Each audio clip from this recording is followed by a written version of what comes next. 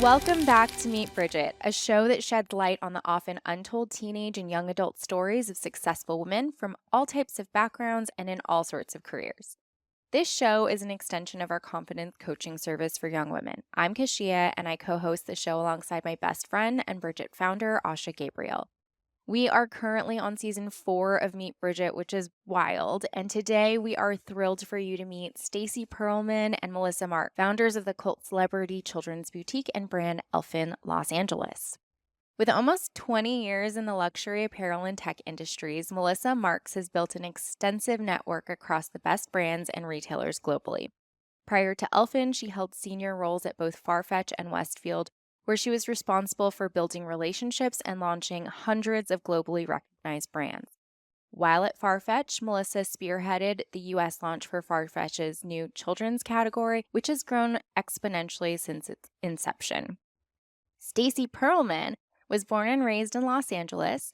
After majoring in English literature and journalism, she dived full force into writing with a focus on content integration, social media, creative writing, and direct response copywriting.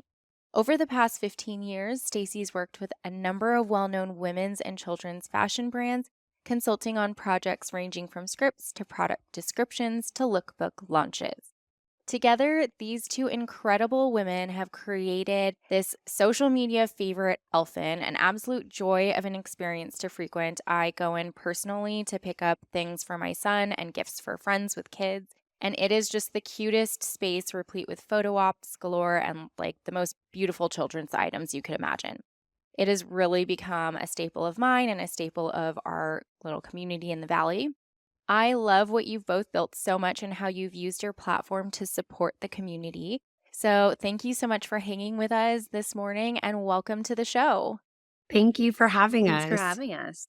So I want to jump right in. I know there are two of you here, which is really exciting. Normally we do one-on-one interviews, but I'd love to get a little taste of, what you were both like as teens, like where you grew up, a little bit more about both of your background. So I actually grew up in Westlake Village, just very close to where the store is now, just north of the valley, I guess. And yeah, grew up there. And I actually sort of got my start because my dad owned a community favorite sporting goods store. So I actually worked there with my cousins and my dad and my uncle and, a lot of members of my family. And I really learned sort of how to run a retail business and sort of all aspects that go into that. And I think that's kind of where opening a store was always sort of part of something that I wanted to do later in life. I didn't know when or how I would get there or how it would come about. But I sort of, I think, just manifested it in the time that I, worked there and saw what my dad built and saw this community that he was building, where I grew up. And I think that's kind of what led us to come up with the idea of Elfin and then eventually, opening a retail store and whatnot. So that was kind of my start. And then I grew up in Agora, which was actually super close to where Mel grew up. We didn't meet though until college. hmm Yeah. And small town. I worked starting when I was 15 at Italia Deli, which is like a very well-known spot. It was owned by Yeah. just a family. It was like a really awesome experience to work there. And then I actually started working at this family-owned beauty supply store, and I really loved working there. I really got a taste of what it was like to be an entrepreneur, and I was alone working, most of the days that I was there. So I really got a hand in kind of all aspects of the business. And when I was actually in middle school, my girlfriend and I, this is obviously before that, we started a t-shirt brand called 143 Tees, and we would buy like Hanes wife beaters, I guess, and we would dye them at home and we would put rhinestones on them and we would sell them at school, and everyone was buying them. It was like a huge trend, I would say, in 6th grade. And we would like dye them and I pack love them, that. and we would deliver them in bags at school to our friends. And I think for me, that was maybe the start of me wanting to start something on my own and have something of my own and really like hone in on my creativity. And yeah, it was really it was awesome. I love that. So you're both really entrepreneurial starting out. I mean, you had these foundations that you were starting to build at really young ages. And I love, Stacy, how you like just out the gate were like creating little rhinestone creations and selling them at school. Are both of you, do you have any siblings? Did you grow up around a lot of other kids, or were you just like, did you create these pathways for creativity on your own? So I was an only child, and I think that that had a big part, that played a big role in me kind of embracing my creativity because I didn't, my parents were older when they had me. They both Yeah. worked. I had a lot of time to kind of think about like what I wanted for my future and the things that made me happy. My mom was a teacher, and she always really like inspired me. I would say to be creative and to my mom was actually an English teacher. So she kind of got me started on wanting to be a writer, and we would read and we would sit and read, and I would write stories with her, and that was really something that got me interested in writing, which was ultimately what I wanted to do, obviously. Yeah. Oh, I love that. One of the things that we teach in our courses is really how confidence and communication like form this virtue cycle. And part of that really is about the more articulate you are, the more adaptable you become, the better you're able to really articulate what your needs are, what your desires are. And so I could really see how a background in writing and growing up with a mom who read to you and would allow you to like experience your creativity in that way would really enable you to later on be able to articulate your creativity into different outlets. So that's amazing. So you said that you both met in college. Where did you guys go to school? And like, tell me about meeting each other for the first time. Was it like a natural born like kinship? And how'd you know that you were So going to end up working together? so we actually have a really funny way of meeting, I guess I would say. Melissa hates when I tell the story, but I will. Go for it.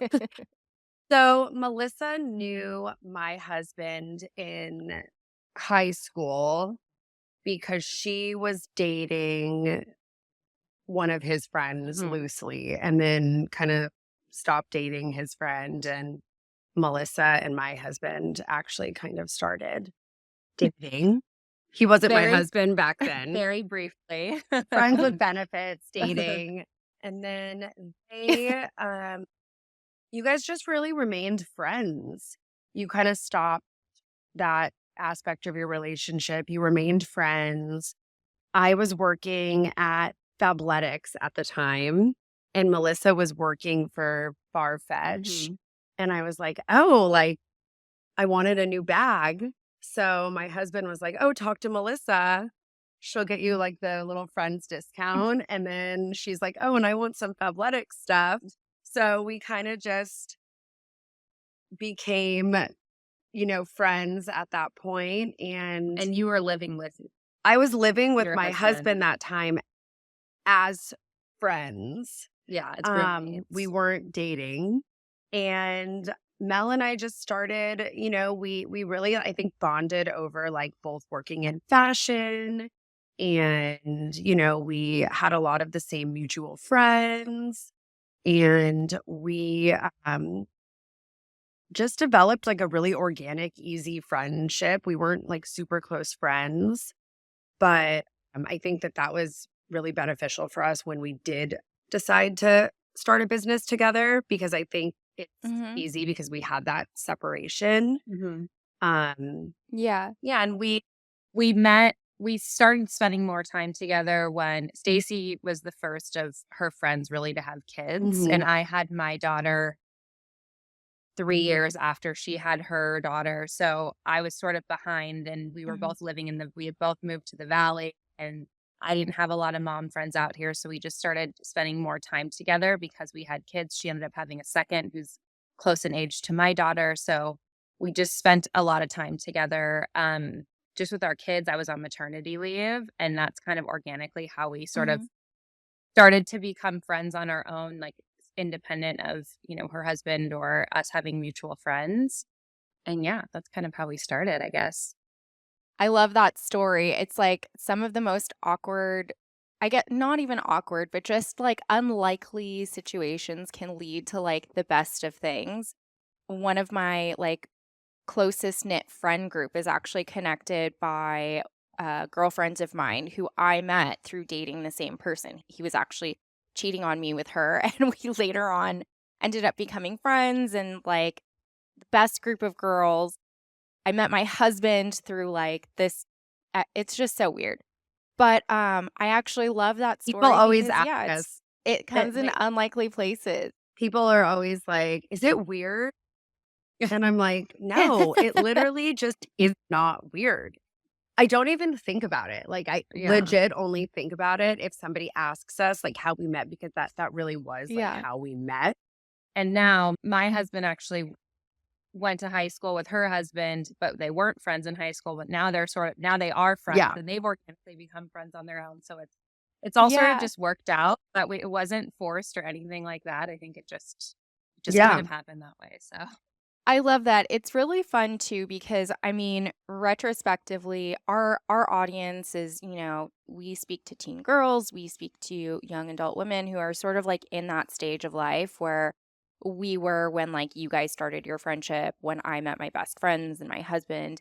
And I think at the time everything feels so big and so like significant, and it is like they're foundational things. But when you look back, you're like, oh, that one little tiny thing that might have like felt weird actually splintered into all of these like beautiful relationships, friendships, businesses. And so life is just really funny like that. I love how you both, bonded over this mutual love of fashion. Like, I am looking at both of you now, and even just for like our little podcast, you're both so chic. Anyone that's ever walked into Elfin, like, you guys have just nailed the like cool kid aesthetic, and it's just like the cutest thing ever. How did you both like, as you're forming your friendship, you guys are both working for different companies, like, where was the spark of the idea of like, let's open this children's boutique together? So we, like Mel said, we really started hanging out more when Mel was on maternity leave. How old was Delilah? 3. yeah. And we were like, I was freelance copywriting at the time. You were on maternity leave, so you weren't working. And we were like, we should start something. And Melissa texted me and she's like, we should start a interior design blog and sell pillows. And I was like, what are you talking about? Like, no. Like, I just no. So then what did we say? We were like, let's start like a mom blog. And Yeah. then I was like, I just feel like that's so saturated. Like, what is something that, like, I was a mom at that point for 3 years, and there was really no one stop shop for me. I could never find anything Mhm. at the big department stores. There were random like brands that I liked, but it was like there was one thing I liked from this brand, and there was one thing I liked from this brand. There was really not like one place that I loved. There were some sites, but like they were really luxury and they just weren't attainable, I think, for regular moms. And I was like, well, why don't we were talking and we were like, well, why don't we start a kids clothing website? Hmm. So we were like, all right, let's do it. We were reaching out to like all of our favorite brands. Everyone was like, no thanks. Like you Well, we started actually. We Stacy's best friend is a jewelry designer, and she was making these name bracelets.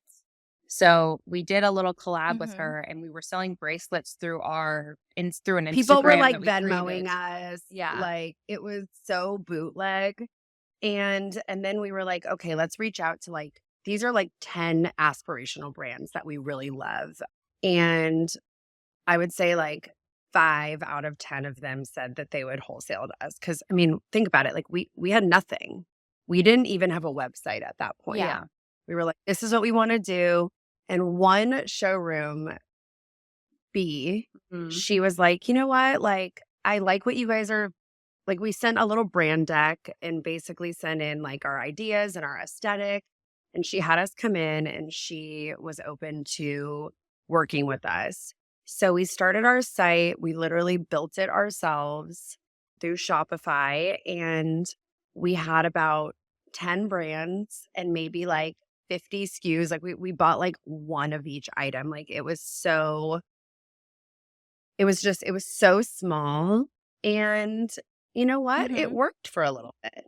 And our sales were not big, but we worked really hard. And honestly, a huge part of our business at that point was social media. Mhm. And one day I was driving by the shopping center where our store is, and I saw that they had a James purse pop up in in the shopping center, and it was like a, Saturday, Sunday warehouse sale type situation.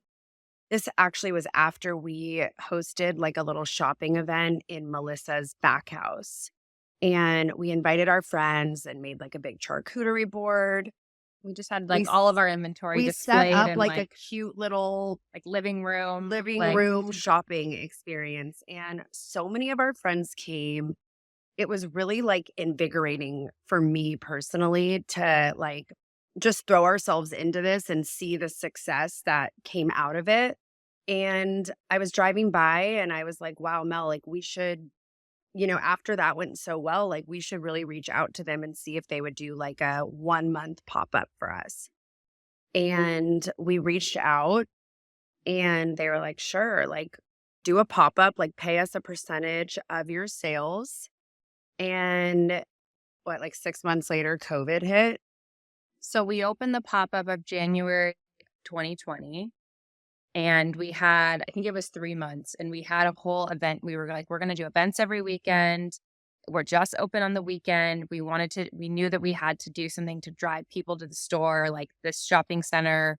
I don't know Mhm. if you remember it 4 years ago, but it was 80% vacant. So it wasn't like we were in a Yeah. busy mall or something like that where people were going to be walking by and coming in. So we had this whole event schedule planned, and so this is January 2020. And, obviously things start coming out. People start getting nervous about what's going to happen about COVID, Mhm. not knowing what to expect. And, I think we had maybe a month or a month and a half where we were able to do stuff, but we could tell people wouldn't come to something, or we would have Like to we had a ball cancel. pit and we were like, oh my God, like let's sanitize the ball Yeah. pit. Like, let's do this. We were trying all these things, but obviously everything shut down. And at that point, we kept the store open and we ended up being on that situation, the pop up situation, which was supposed to be 3 months for 3 years. Mhm. And during COVID, Oh we my would be gosh. open. We basically used it as a shipping hub. It worked out really well because we didn't have to store everything in our houses. So we used it, we shipped inventory out of it. We would meet customers if they wanted to come in and buy something by appointment. Really, it worked out. We eventually obviously opened it up again. I would say in the last year, our business has like significantly grown where I feel like we're in a really good place. But I mean, it took Mhm. been four Yeah, 4 and a years. half years. Yeah. Okay. That is wild. I didn't know that you guys didn't start out with a physical space. It's really interesting how you started out really organically and like created this experience around shopping. Once you had like established like the brands and stuff, which I want to get into a little bit more as well. But I'm really honed in on how you were just so smart about creating the shopping experience for friends because fast forward to now, like, you guys still host, like, these in-person, like, come on in, like, on a Sunday, and, like, we'll give you champagne and, like, all these things, and it's so cute, and I think that's one of, like, the really fun things about going into Elfin and shopping. It's not just, like, you go in and you pick out one thing. It's, like, this marketplace of a bunch of beautiful items from different brands that are really cool, different types of things, so, like, clothes, shoes, accessories, like, things you wouldn't think about for little kids, which is genius, and then it's, like, also this experience for the parents or, whoever's in there, like, doing the purchasing. So I can really see how that has evolved over time. It's also so wild that you guys were getting started right as the pandemic dropped, and I heard what you were saying a little bit about how lucky it was that you could kind of use the shop face as a shipping depot, while you couldn't necessarily have as much foot traffic. How did you go day to day in that atmosphere where, like, literally no one knew what was coming next? Like, how did you guys just maintain the resolve to say, like, we're just going to keep doing this? I mean, I think that we've had such great support from friends. We created shopping pods. So similar to how people had these pods of friends where you remember you were all hanging out with the same people. You Yeah. wouldn't like mingle with anybody else. So, people were still wanting to shop and wanting to get out and socialize. And I think for us, it was a social outlet for us because obviously we were in masks and things like that. And we were like Mhm. following all these protocols, but at the same time, no one was allowed to see each other technically, right? So it was almost this like social Yeah. outlet for us. We still got to see people and socialize, and then people would come in with their friends and we'd get champagne and baked goods and just have people shop. And I think, yeah, it just kind of evolved from there. We just I think were we also were always looking ahead at like the bigger picture. I Mhm. never thought that like we were discouraged by like the current state of what was going on.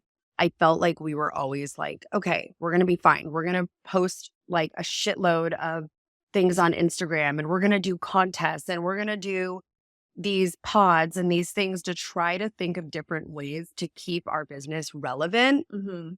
Whereas a lot of Mhm. businesses, I mean, were closing Yeah. daily and we were in a really, Yeah. really great situation because we didn't have that overhead of the rent. We were still on that Mhm. pop-up situation. So we were really only paying rent if we were selling things In our store. in our store. It wasn't even Yeah. online. Basically, because it was like an amount of whatever you guys made. Exactly. Yeah. So I think that we really had a leg up and we again just tried to stay relevant and tried to look ahead and tried to not let what was going on in the world really like get in the way of like our vision. Like I knew that there Mhm. was going to be an end in sight. We never. Yeah, and I think, we benefited from so at this time I was working for Westfield, which is a huge shopping mall, Mhm. development company, right? So I was always kind of seeing ahead as to what the protocols were going to be, Yeah. what You the had like local intel. government was saying. And the good thing about us being where we are is that we were an outdoor shopping center. And at that time, we really only had to technically stay closed, I think, for until June or something Yeah. like that because we weren't in an enclosed shopping mall. Technically, because we had an Mhm. outdoor entrance, we could stay open, whereas a lot of brands and stores that were inside of malls had to have their doors shut for months after we were able Yeah. to be open. So kind of had an advantage in that sense because there wasn't a lot of boutiques. You could shop some department stores, you could go to Target, things like that, but there wasn't really a lot of boutiques that Mhm. you could still shop at. In our community, we have such a great community of people that really have supported us and that really wanted to see us thrive. That they, instead of going to Target or ordering from Nordstrom or, Bloomingdale's, they wanted to support us and they wanted to help our business and they believed in us. So I think that that was a really big aspect in our growth during such a uncertain time, that our friends and friends of Absolutely. friends and family really supported us, and they wanted to see us grow. And I attribute like a lot of our growth today from that. I Mhm. mean, we only started, Mhm. advertising and really doing, social ads over the last year or two. But Mhm. in the beginning, it really was just word of mouth. Yeah, I mean that it's such a powerful thing too.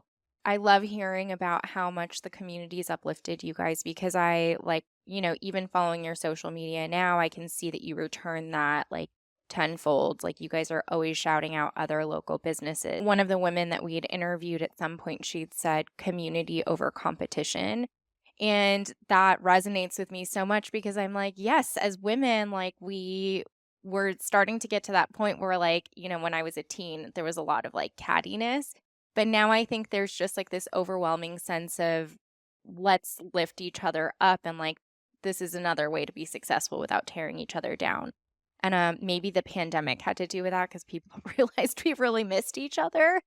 Yeah. So I love the idea of having, like, shopping pods too. I wish I'd known about that, like, when everyone was, like, losing their minds at home. The other thing that I think is really cool is, like, as you guys are building this, you're both moms with very young kids, and, like, at that time, like, Melissa, you were saying you had, like, just moved to the Valley and, like, you had just become a mom. Stacey, you had, young kids, like toddlers at the time. What was that like? And like, did motherhood and stepping into that new role, did it play a role in like how you wanted to run your business, like what you envisioned? Like tell us a little bit about that. For me personally, it did because again, just to add on to the community aspect and just supporting other moms, like I love when there's kids running around our store. Like a lot of people, who own a boutique, it annoys them if kids are picking things up and touching everything. I don't know. You've been in our store, obviously. Like, we want it to be a Yeah. space where you're sitting on the couch and you're hanging out and you're listening to music. And if you come in our store on an afternoon, you will 99% see one of my kids folding stuff on the couch or putting stuff in bags or talking to customers or filming an Instagram video with one of their friends that I brought home from school. And I think for me, it's like, I don't know, that like Cheers vibe, like that's the bar, right? Cheers. Mhm. And there's people sitting on our couch eating sandwiches from Lodge Bread, and their kids are trying on clothes in the dressing room. And it's like you come in and there's just people popping in. Oh, we were in the area. We wanted to say hi. Like we got to pick up a little bit early across the street. And I personally like love that. There's never like, oh my God, I have to bring the kids to work. Like it's just accepted. Like Yeah. we love each other's kids so Yeah. much and we love our friends' kids and we love that we have this safe space. And I think the flip side of that too is we're setting an example for our own kids. They get to see us day in and day out, Mhm. working hard, building this business. Obviously, they have, our kids have grown to love fashion just like we do, just because they get to go in and it's Yeah. mom's store and, we need Yeah. dresses for our vacation coming up. And I remember my dad's store and like just walking in and feeling so proud of this thing that he built and this community that he built. And I think we want the Yeah. same for our kids. One of the prerequisites of anybody that we hire in our store, we have an amazing team, is that they have to be good with kids. And we see firsthand how sweet they are with people's kids that come in the door. They babysit for our Yeah. kids. Mary, who you met that was working, is actually my cousin. So, she is Mm. been amazing and an amazing addition to the team and is so good with kids. She's basically like nannied for all of my cousin's kids. And, we love that she's working with us now. And so I think, it's just something we never want that space to feel like your kid can't touch anything or they can't walk in the door, like we're just so accommodating. And like Stacey said, it's just I think that's what sets us apart from a lot of places. So it's My really daughter nice. goes to school in the area, and Melissa and I will do like a lot of local fundraisers, and we'll donate like canvas bags for different, spirit wear events or things at the local schools. And my daughter comes home like every day and she's like, Mommy, I saw so many people with elfin bags at school today. And like, she asks me every day, when can I work for you? I mean, she like helps us randomly, but like she really honestly, Yeah. like wholeheartedly wants to work for us and work in the store and have Elfin be her summer job. And I think it's really special. And like Yeah. Mel said, it's really awesome for my kids to see me doing something meaningful and working hard and, being creative and really loving what I do. Yeah. Yeah. How old is your daughter? My daughter is 8, and then I have a 5-year-old son, and he's kind of a wild card, but I she love really, like it. yeah, she really, like, loves our business, and Yeah. she talks about it to her friends, and, it's really sweet to see. I just You love see that. her friends come into the store and they ask questions about our business and they're genuinely interested in it. So it sort of expands beyond our own kids to, Yeah. our friends' kids and things like that. So again, we're sort of continuing to build that community in that like next generation, which is so cute to see. Yeah. Well, I think it's incredible too because like having young kids right now is sort of terrifying, right? Like I think being a teen right now is terrifying, being a young girl is terrifying because the world is so different than it was when we were growing up. Like everything is at the tip of your fingertips. Like everything is so driven by social media and impressions and like building and developing like this image of who you are right now.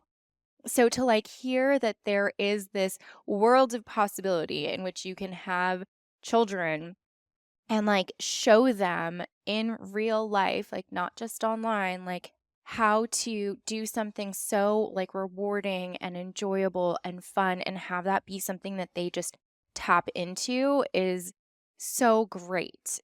And also gives me so much hope for this next generation because I'm like, there is a world in which like we can build real things and like kids want to opt into that.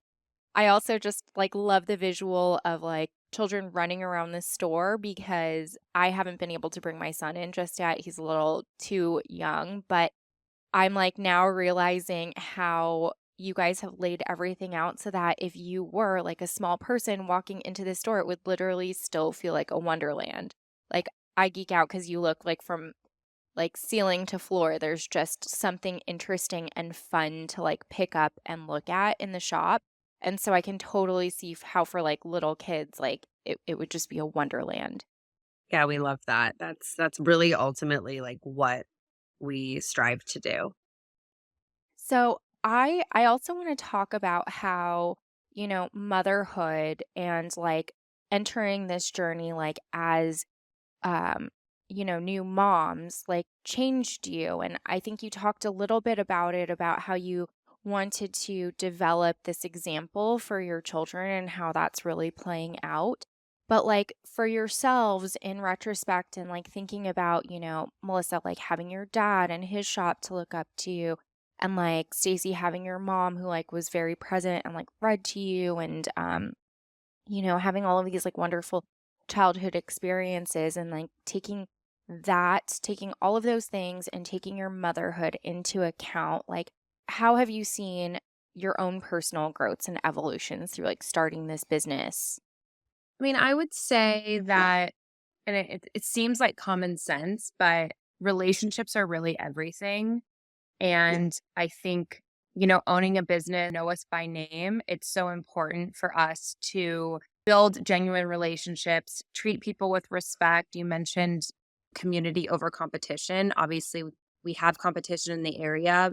We send our customers to those stores if we don't have a brand that, potentially that we think would resonate with them, or they're looking for a gift that, we can't give them, we'll send them elsewhere. Like, we really, you know, we really try and uphold this standard of, you know, uplifting other women and just treating people with respect. And I think, like you said, it's easy, sometimes you can get caught up in that, but we really, we want to set that example for our children, for other people in the community. So I feel like, um, yeah, I don't know if that answers your question, but I think that, at least for me, that's one of Yeah. the biggest things that, you know, I've realized. And now, as my daughter, who's 5, is, in school now, and seeing what her relationships and her interactions are with other kids, and making sure that, I set that example for her and she treats people that way, is so important. So,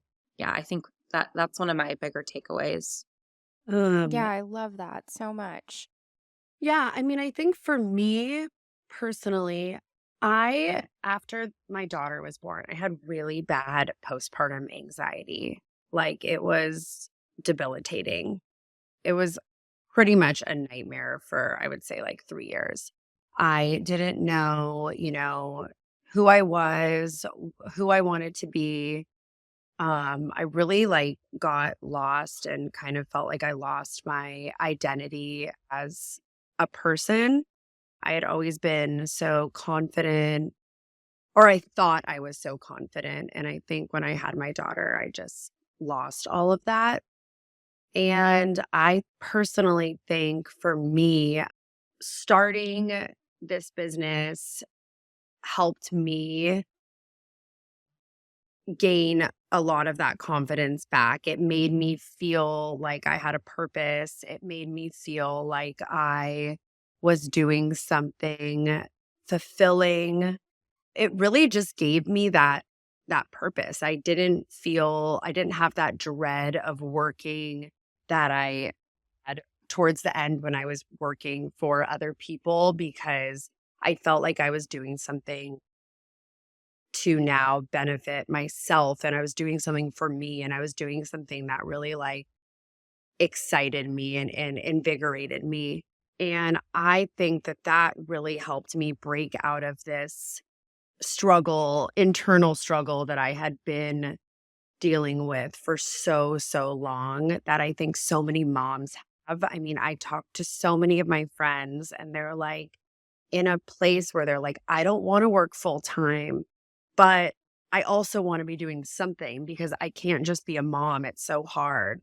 And Yeah, I'm yeah, really grateful that I'm able to do both now.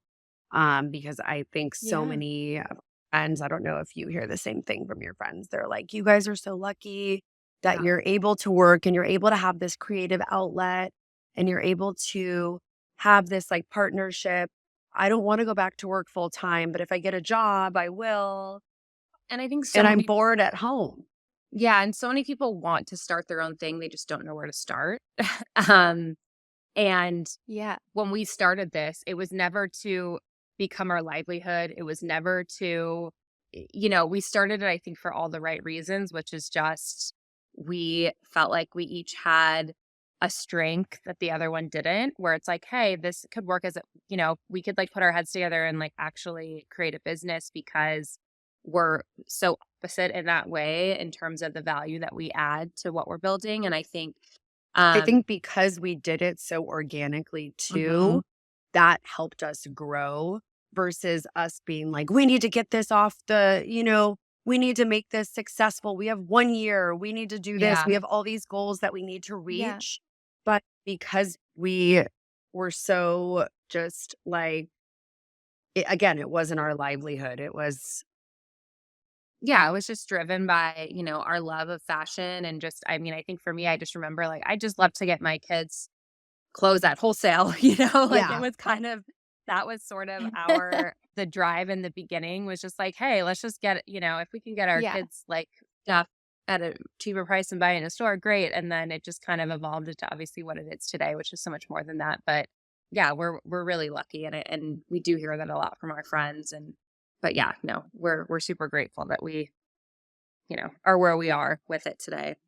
Yeah, I think it's so smart too because you guys pointed out that like there are cases where people start businesses thinking like, "Oh, I need to have this well fleshed out business plan. We need to have like deadlines, we need to, set these markers." And there's some truth in that, and I think for some people that really works, but I also think that there's this other version of things where, if there's something you love and enjoy and want to do creatively, and like you said, you just don't know where to start, like, just start, just start doing things, one foot in front of the other, and, if you just keep that forward motion going, sometimes that is enough to, like, grow organically. I think the longer you sit and think and talk about it too, is like we again, like what Mel said, like people constantly ask us, how did you start, Elfin? Like, I really want to start this business or that business. And it's like, I've been thinking about it. It's like, just start it. Like, you can do it.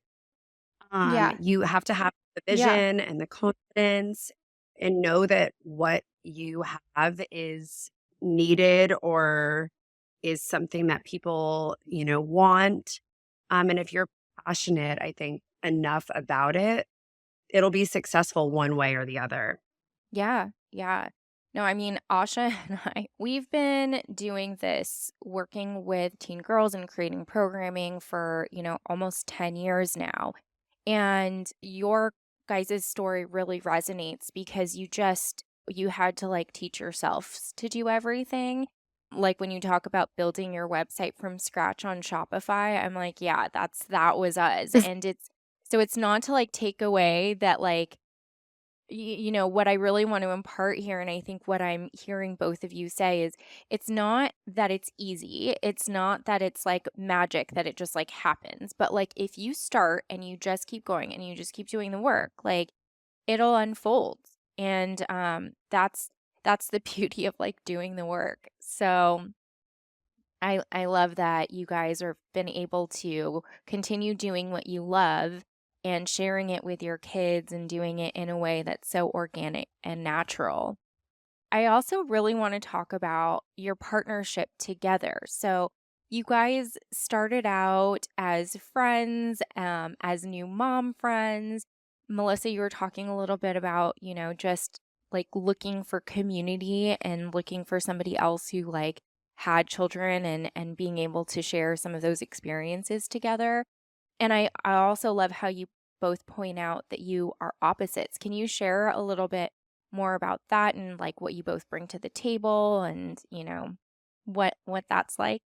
Yeah, I mean, I think like Stacy mentioned, she started this, tank top business in high school, and I have never looked at myself as being super creative in the sense of being able to have the vision to design something or anything like that. I've always admired Stacy's sense of style, whether it's her home or fashion or whatnot, which hence why I wanted to, start a pillow a pillow line with her. But I knew that what I could bring to the table is like I could figure out how to run the business, I could do the accounting, I could figure out, how to build a website. My husband has a lot of experience in that, so he actually helped. Now looking back, I realize why I like mentioned this to Stacy and not just another friend. Because again, it's not like we were best friends where, we wanted to just we had talked about this before. It just kind of came up spur of the moment. But I think as we built the business, I would say that, Stacy's obviously a lot of the creative, the buying, the clienteling. And I always say that I'm sort of best served like being behind a computer and making sure the website's running properly, making sure our inventory is accurate, making sure our team gets paid on time, and sort of all the other kind of little aspects of running a business that happen to come up and keep things kind of running day to day. So I would say that's kind of where our responsibilities fall, but you can Yeah, add no, I to it. mean, Melissa like nailed it. I think it's basically like a really great way to describe, just to give you like an example, is I'll like sit on my, phone and come up with an idea at like 2 in the morning, and I'll like draw like chicken scratch, we should like create these t-shirts. And then in the morning I'll send it to Melissa and I'll be like, well, how do we do this? And she'll be like, okay, we need to get hang tags made. We need to call this fabric person. So it's like my brain is the left brain and yours is the right brain. I have these ideas and I know what I want things to look like. Melissa executes Mhm. it. So I can like create like a beautiful store, and I know what I want bags to look like, and I know what I want our a clothing, something like a collection that we make, or I can tell you exactly how I want things to look, and then Melissa makes it come to life because it's just that behind the She's the scenes stuff. how. Like yeah, Yeah, exactly. So it's definitely like a I great love that. it works really well because I think if we both were like that, I've spoken to friends who have had like big falling outs with business partners. And a lot of times it's because they are both like super creative and scatterbrained and it just doesn't work. And they get into, a disagreement about wanting something to look a certain way. But I think Mel and I have a really similar vision, but I think the fact that we're Mhm. very different, it works in our favor for sure. Yeah, yeah, that's a huge benefit of having, two halves to a whole, right? It's like Yeah. you can't function without the other one, and it just complements each other so well. Do you guys ever have like a difference in opinions? And if so, like how do you work through those things in a way that preserves your friendship? Like, how do you interact through conflict? I would say that we both recognize our strengths and our weaknesses, right? So I think we have a Mhm. really open line of communication where it's like, hey, you're having an off week. I need you to kind of like pick up the slack here. Or can you step in for this? We both equally put in our time in different ways, and we respect that it may not always be equal every week, but at the end of the day, it all balances out and we both want the same thing. And we both acknowledge that we would not want to do this business without the other person. Like if one of us at the end of the day didn't want to be in it anymore, like it wouldn't exist. Like this, it doesn't work unless it's the both of us. Yeah. And I think we can compartmentalize our friendship. We have mutual friends, but then we also have our own friends. So we're not always hanging out together socially, and we're not always, Yeah. we could be at the same event, but not with each other for the entire time. I don't know. It's just a balance. I But also think like if I come to you with an idea and you're not all about it, rather than me trying to press you and tell you like, no, no, I really want to do this, I'll take a step back and I'll think about it like that, the like dress, remember that. Like, "Hey, I let's make pillows," like Yeah, yeah. Like, and it's like I'll come to Melissa with an idea and she'll be like a little like apprehensive about it.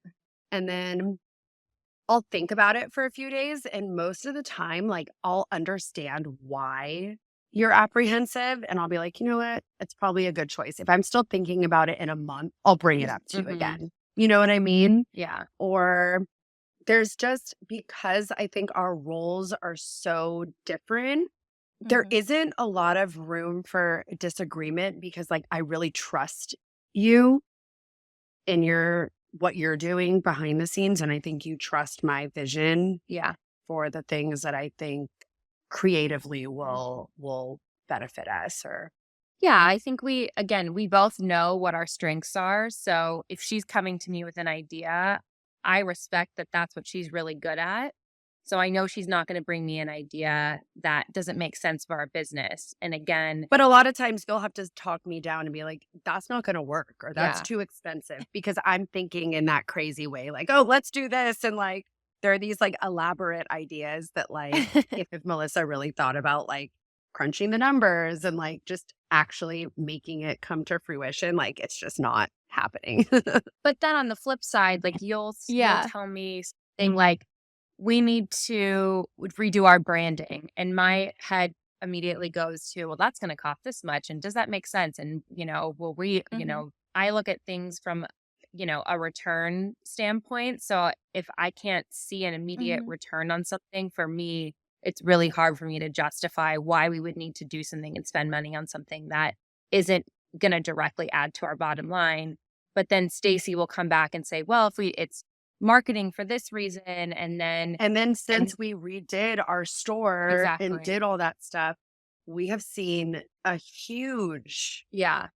There's a lot of things return. that what I've learned in my role, obviously, you can't always look at things that way, and you have to look at things from the standpoint of brand awareness or marketing or energy, I guess is like the right word. Like you went into our store, like I don't know if you saw Yeah. it before, but it was very cold feeling. It was, very sterile Depressing. furniture. Like Yeah. it just wasn't, we just threw it together, and I think, yeah, since we've redone our store and which obviously was a big investment for us, it's paid off when you look at our sales now, looking back 6 months, later or a year later, we can attribute a lot of that to, redoing our store, redoing our branding, things like that. So, that's where we balance each other out because we can kind of keep each other in check in terms of, and have those conversations and have those different viewpoints of why something would or would not work. And we've just seen that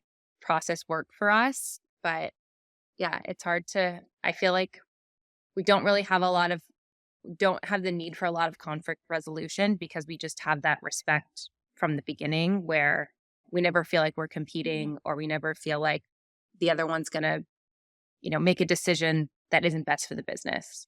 Yeah. Well, what I'm also hearing too is like you guys really seem to focus on the communication aspect of it, just having that mutual respect for one another and really being accountable to yourselves and to the other person. I think it really plays out so beautifully in your partnership and I appreciate, hearing how you guys work through the day to day because owning a business is hard, but then owning a business is one half of two sides of this brain, adds to it a whole other layer of challenges that you guys just navigate so beautifully as friends and business partners. And I think it's probably like going to be really fun for somebody who like has an idea that like wants to get started with something and is thinking like could I do this with a friend? Like yeah, this is like how you would want to do it. This would be like best friend business goals. I would love to keep you both for hours, but I can't do that. It's not fair. Before we start transitioning into just like our closing question and everything, like tell us what's next for Elfin. Like, where do you see both of yourselves like taking this next? So we are working on some really exciting things right now, one of which we will announce soon. And it's going to be really amazing and awesome. And everyone in LA and beyond is going to love it. We're also in the talks of opening a second location, which we are Yay, very that is excited about. so exciting. Yes. So we're kind of just in the process of that right now. Yeah. I mean, I think, again, like nothing's that we want to officially announce today, but definitely stuff coming, like Stacey said. And I think we will always continue to seek out what those voids are, either in the community, in the children's apparel industry, and, again, our local community. So I think all of, the next things for us will coincide with wanting to fill those voids and give, our customers and community something that we think they'll really like and want. So I guess that's how I'll end it. But yeah, lots of exciting stuff that's coming hopefully very soon. I'm So so excited to hear. So, before we wrap up, we ask this question of all of our guests. We're all about these formative teen years and how, like, the things that make us quirky or strange or, might have not felt well suited at the time are really the things that carry on into adulthood. You admiring your dad's shop and Stacy, like, being so creative with your t-shirts and like rhinestones and stuff and like how that's all played out over time has created these really successful and beautiful versions of yourself. So, the final question we ask all of our guests is, what was one quality you had as a young woman or a teen that you might have not taken pride in then or recognized in yourself, but today you look back on and you're like, I'm so glad that I have preserved that part of myself? I think for me, I guess, something that I took from my dad is something that maybe people potentially would have perceived as negative about my dad is he was very business oriented. He was very focused. He, could sometimes be hard on you. Even my own family would get, be a little scared of him working for him and things like that. And I think that was really instilled with me when I was younger. And I think now building this business, I can reflect on the way that he treated the people that he worked for or the way that people perceived him. And obviously he's my dad and a very like loving person, and I have a very close relationship with him. I understand and respect the way that he ran his businesses, and he was very successful. And so that was a little bit instilled in me when I was younger and needing to be kind of strict and hard on people. And I think now, running my own business, I see the importance of that, but also the importance of treating people and being compassionate and, having a soft side for, people and for our employees and whatnot. So I think I kind of took that from him. And I think I've softened over the years as I've, built my own business and had to work with people. So I'm trying to think of the best word to say this. I don't know if it's entrepreneurial because that's a good thing, but I also think growing up, I never felt content working for other people. I never felt like it was just a good fit for me. So I think that when I was working for these big companies that I worked for, in college and interned for in college and worked for after college, I just was never very passionate about what I was doing, which I think, in hindsight, like it probably showed in my everyday. So I think having that quality, I think it's, I had I knew that I went through the day to day, but I knew that there was always something bigger waiting for me. So I'm really happy that I was able to hone in on that and start something of my own to be proud of.